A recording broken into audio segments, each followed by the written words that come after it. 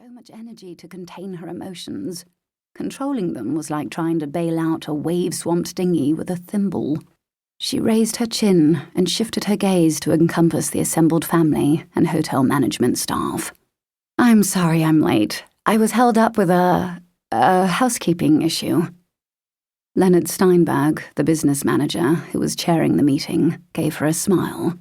"All sorted now, I hope?" "Absolutely." Isabelle looked at the one vacant chair on the other side of the table from Spencer. "Who are we waiting for?"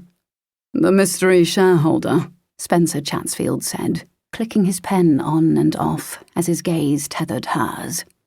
Isabelle suppressed a shiver as that cultured baritone with its English accent moved down her spine like a caress. She had to focus. This was the moment the Chatsfield family were waiting for, the moment when the final 2% would be brought back to the table.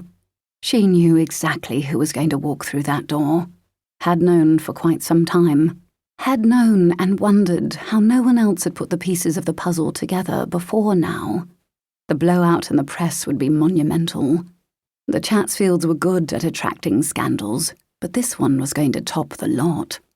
The door opened, and in came Isabelle's stepmother, causing no less of a shock to the assembled family than if a vaporous ghost had appeared. "Mum? You! How could you?"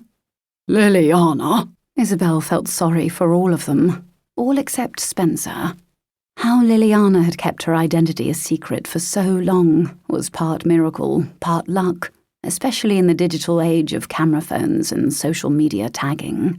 But Isabelle had always found her stepmother to be a secretive, elusive type, hard to get close to, even harder to know. The Chatsfield siblings had been young children, Cara, the youngest, a tiny baby, when their mother had left after suffering postnatal depression. But Liliana never made contact again. Isabelle found it hard to understand how Liliana could have remained incommunicado with her own flesh and blood, but she knew her stepmother to be a complicated personality who kept very much to herself. How did it feel for the Chatsfield family to see their mother sweep in like a reclusive Hollywood celebrity who had suddenly decided to reclaim the limelight? "I know this must be a terrible shock to you," Liliana said. "I know you can't possibly forgive me, but I would like to explain. But business fast." She turned to Spencer. "I'm giving you my 2%. Isabelle shot to her feet so fast her chair rolled back and hit the wall behind. "What?" Liliana turned to look at her. "On the condition you remain as president of the Harrington chain." Isabelle opened and closed her mouth, but she couldn't access her voice. She felt the colour drain out of her face, like one of those cartoon characters she'd watched as a child. All of her extremities fizzed, as if her blood pressure was dropping. This couldn't be happening. Those shares were meant to be hers. It was her dream. Her life's goal was to own a majority share in the Harrington. She'd been working in the hotel since she was in bobby socks. She was a Harrington, for God's sake. The staff were her substitute family.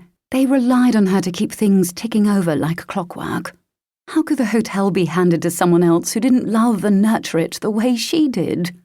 It was her hotel, not Spencer, damn his eyes, Chatsfield's. "As majority shareholder, Spencer will now be CEO of the Harrington, New York," Liliana said. Isabelle ignored the rumble of voices from the Chatsfield siblings and their father, Jean, who looked like he was about to have a conniption. Spencer remained composed and silent. Coolly composed. How he must be enjoying this, she thought, as a knot of resentment twisted hard and tight in her belly. How he would be getting off on seeing her hopes dashed. He must have known this would be the outcome of the meeting. Why else would he be sitting there, as if butter wouldn't melt in his blistering hot mouth? Had he done something to win over Liliana? Isabelle knew all too well how skilled he was at getting what he wanted, by fair means or foul. Look how he'd showered her with gifts and romantic attention in the past. She had tried not to succumb, but in the end she had fallen, and fallen hard. But then how could she not? Back then she had lacked street smarts, while he had graduated from the School of Charm with first-class honours. "I'm not working with him," she said.